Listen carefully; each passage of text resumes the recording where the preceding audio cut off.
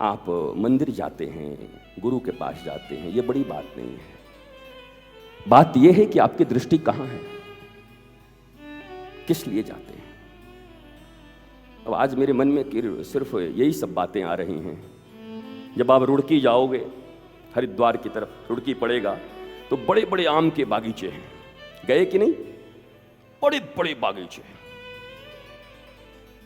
और आम के जब दिन होते हैं तो उसकी खुशबू अलग होती है। भारतवर्ष में जन्म लेके जो आम नहीं खाता महाराज, वो बेकार आदमी। ओहो, आम ऐसा फल तो बना ही नहीं आज तक। फलों का राजा आम। कृष्ण कहते हैं मैं आम ही हूं, और कृष्ण को आम ही होना चाहिए। खास नहीं है कृष्ण, आम ही है कृष्ण। जब उस रुड़की में जाओगे तो आम्र कानन में सुंदर सुंदर आम लगे होते हैं, मंजरियां लगी हुई होती हैं, सुंदर खुशबू आती है।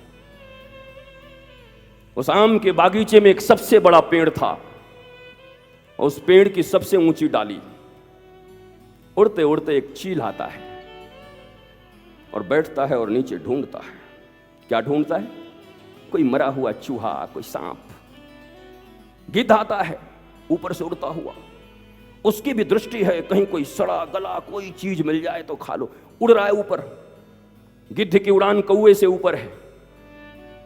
उड़ता तो ऊपर है, दिखाई तो ऊपर पड़ता है, पर निगाह उसी सड़े हुए चूहे और सांप पे लगी है। साहब, दृष्टि की बात कर रहा हूं, उड़ान की बात नहीं कर रहा।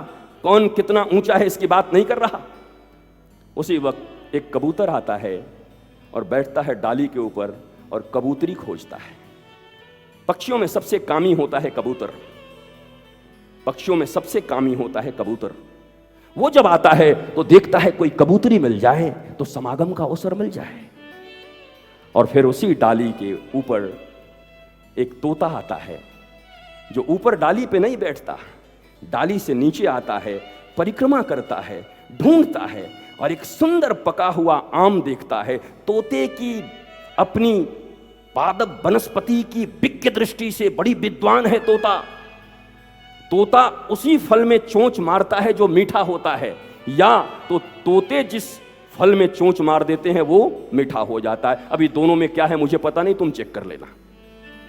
वो इतना विज्ञ है कि मीठे में ही चोंच मारता है। तोता आया, ऊंची डाली पर न बैठा, चारों तरफ परिक्रमा दिया और परिक्रमा देने के बाद एक फल गया, जाकर के चोंच मारा, खूब रस पिया। चोंच मारने के बाद जो रस था वो नीचे गिरने लगा, तो नीचे जो चेटा चेटी बेचारे थे, जो कभी ऊपर नहीं चढ़ सकते थे, कभी उस आम को तोड़ नहीं सकते थे, उनके ऊपर भी रस की वर्षा हुई। तोता ने भी रस को पिया और चेटा चेटी भी पी गए। यह आम का बगीचा यही जगत है, और ये पेड़ तुम्हारा शरीर है। इस पेड़ के ऊपर सबसे बड़ी जो डाली है ये तुम्हारी बुद्धि है।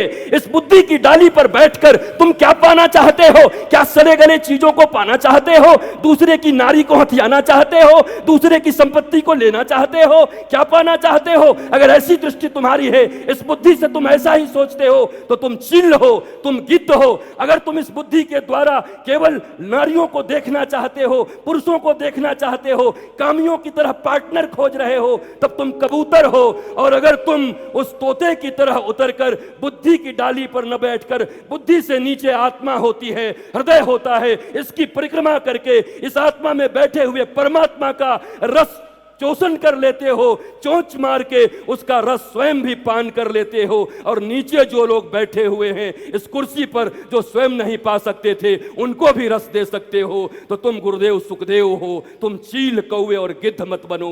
बनना है तो गुरुदेव बनो, बनना है तो तोता बनो, बनना है तो सुखदेव बनो। अपने शरीर रूपी पेड़ की बुद्धि के ऊपर बैठकर कबूतर कौवा चिल्ल मत बनो।